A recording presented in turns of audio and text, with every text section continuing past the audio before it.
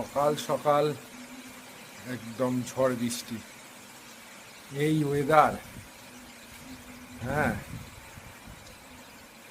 খিচুড়ি ইলিশ মাছ ভাজা বা ইলিশ মাছের ঝাল আর ভাত, এই খাওয়ার ওয়েদার। জানি না আজকে তোমাদের দিদি কি রান্না করছে, তো একবার যাই দেখাও তোমাদের কি রান্না হচ্ছে। এই যে বৃষ্টির ওয়েদার। কি গো, আজকে আবার ইলিশের কি রেসিপি বানাচ্ছ? প্রতিদিনই তো এর আগে খেলাম ভাপা ইলিশ, সর্ষে ইলিশ নারকেল দিয়ে।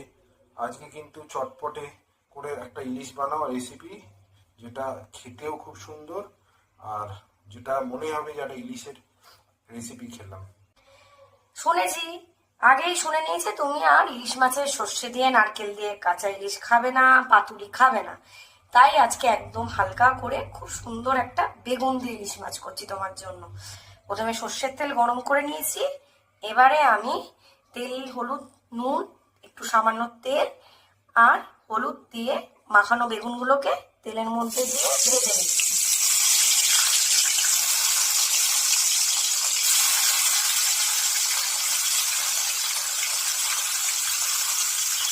আজকে তোমাকে আমি খাওয়াবো বেগুন ইলিশ। মুখে বুঝতেও পারবে না যে ওর মধ্যে সর্ষে দিয়েছি কি দিয়েছি। এই খেতেও খুবই সুন্দর লাগবে। খেয়ে দেখো আজকে এই রেসিপিটা।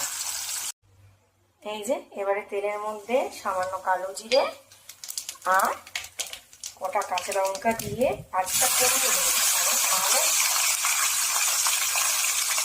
এবারে আমার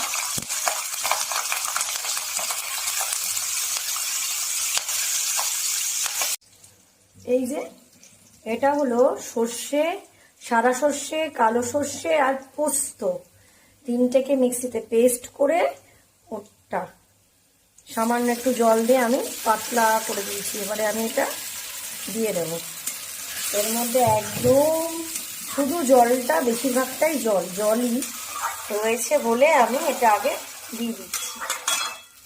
এবারে আমি এর মধ্যে মাছগুলো দিয়ে দেবো।